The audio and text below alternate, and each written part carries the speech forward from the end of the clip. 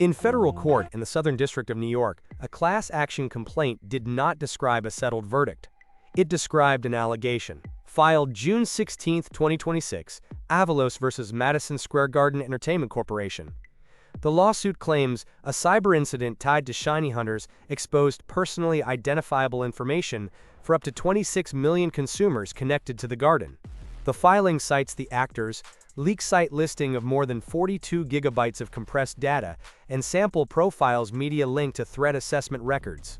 Plaintiffs allege the venue collected facial recognition data and combined biometrics with other signals to build visitor threat assessments. Whether those 26 million lines each included a face template remains publicly unclear. The docket puts a high-value identity archive under legal fire. Separate three layers the debate keeps smashing together: visitor records, threat assessment dossiers, and biometric capture. They are not the same dataset, and treating them as one is how the blast radius grows. That dependency was engineered by design, a direct response to the demand for heightened security and operational efficiency. The rollout began by integrating advanced facial recognition technology, AI-powered cameras built into metal detectors at every entrance. This system was more than a digital gatekeeper. It was an intelligence platform. Its stated objective was venue security, monitoring threats, identifying visitors, and enforcing policies, such as banning attorneys from firms involved in litigation against the company. Every ticket scan became an opportunity for biometric capture, feeding MSG's internal servers, a dataset that grew exponentially with every concert, game, and event. The initial deployment was swift, prioritizing perceived security benefits and crowd flow metrics over any public discourse about the technology's deeper implications. This infrastructure became the new, unwritten standard for venue operations, processing visitors with automated precision. The system's true power, however, resided in its analytical engine. It didn't just identify faces, it built comprehensive profiles. By correlating biometric data with publicly scraped information from social media activity, the platform constructed threat assessment profiles targeting celebrities, staff, and perceived adversaries. Plaintiff filings and secondary reports allege these classifications went far beyond simple security risks. They reportedly categorized celebrities and VIPs based on labels including sexual orientation, gender identity, and assigned risk tiers.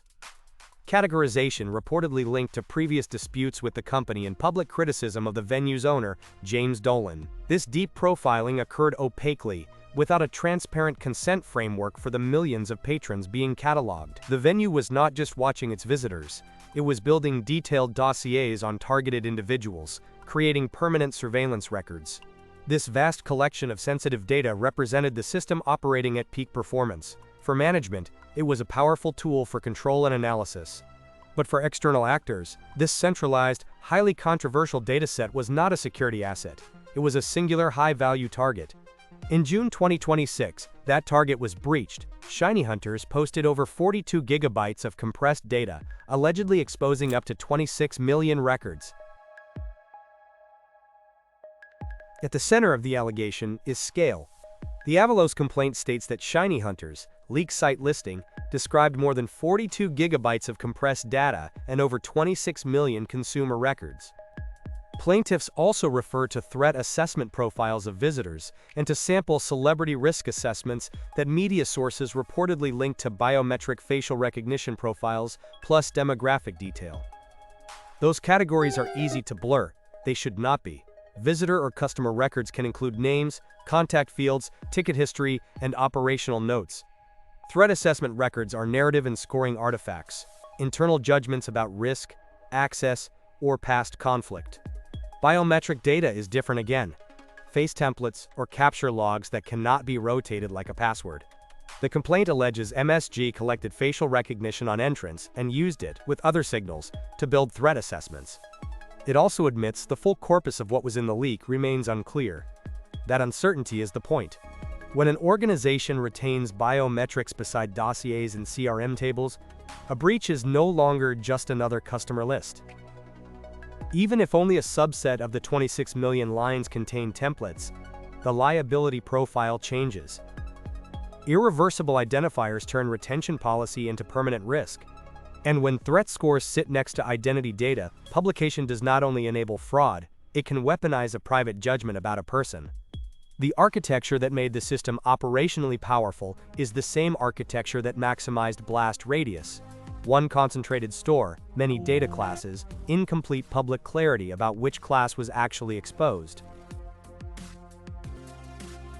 What remains publicly unconfirmed is how the actors first got in. As of the Avalos filing and independent coverage of this dispute, there is no authoritative public technical attribution of Madison Square Garden's initial access vector for the June 2026 incident. Campaign reporting on ShinyHunters branded operations elsewhere describes social engineering patterns against other targets. That is, ecosystem context, not a substitute for incident-specific evidence about MSG. So the useful crisis analysis is not a reconstructed intrusion sequence. It is blast radius. The Avalos complaint and the threat actor posting put the alleged scope on the table, up to 26 million consumer records, with plaintiffs and secondary reports tying biometric facial recognition profiles and threat assessment dossiers into the same risk picture. If visitor CRM, threat assessment dossiers, and biometric capture logs are co-located or broadly reachable under the same identity plane, a single compromised account or integration can touch all three. Segmentation fails first as a governance problem. Who needs biometric templates day to day? Who needs historical threat narratives? What is deleted on schedule versus retained just in case? Privilege that is wide for convenience becomes wide for exfiltration.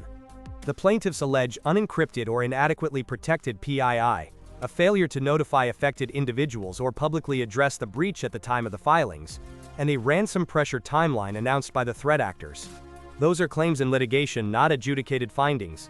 Separately, the actors own leak site rhetoric emphasized payment and the consequences of non-payment, deletion when paid, public posting when not proof of MSG's internal decision process. For defenders, the lesson is structural. Confirm access paths later if more evidence appears. Reduce the damage surface now. Segregate biometric stores from marketing and CRM data. Tightly scope admin paths to threat assessment systems. Log and alert on bulk export. Assume any dataset you cannot afford to see published should not share a blast radius with everything else. The immediate public consequence was not a courtroom verdict, it was a docket.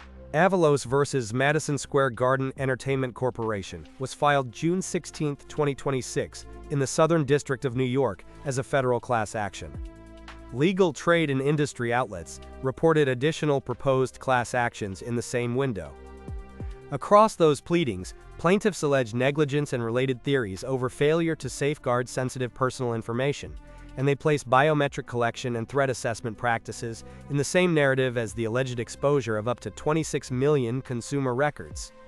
Independent coverage, including Biometric Update and Ticket News, treats the episode as contested litigation over an apparent breach, not as a final judicial finding that every alleged data element was confirmed in court.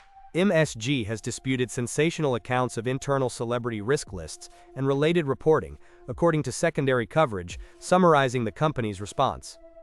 Treat that as an attributed corporate denial, not an independent forensic report.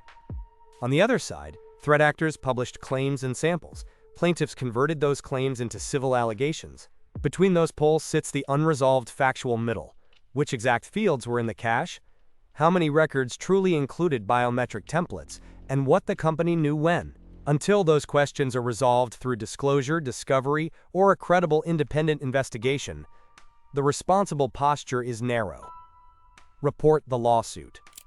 Report the allegation of scale. Report the privacy architecture under scrutiny. Do not invent a market storyline, and do not treat a complaint as a conviction. The firewall is not the whole lesson. The retention policy is. A password can be rotated. A payment card can be reissued. A face template, if captured and stored, does not expire when the concert ends. That is why biometric archives are not ordinary CRM risk. They are permanent liability if they escape. So the first control is collection discipline. Do not gather biometric identifiers you cannot defend, segment, and eventually delete. The second is retention, hard schedules, not indefinite threat intelligence justifications that never sunset. The third is segmentation. Threat assessment narratives, visitor logistics data, and biometric stores should not share a single export path or a casually privileged admin role. Access governance is the blast radius control that matters when initial access details are still murky. Madison Square Garden's alleged exposure, as framed in federal complaints, is a stress test of venue-scale identity retention. The unresolved facts will keep moving through litigation. The architectural warning does not wait for a verdict. Concentrated, multi-class personal data is a strategic risk long before an actor's name trends. Before we conclude, this analysis is educational only and does not provide exploit instructions. If this breach analysis of Madison Square Garden helped you understand the vulnerability, a like helps us reach more curious minds. What is the most critical defensive lesson from retaining biometric and threat assessment data at venue scale? Drop your take in the comments.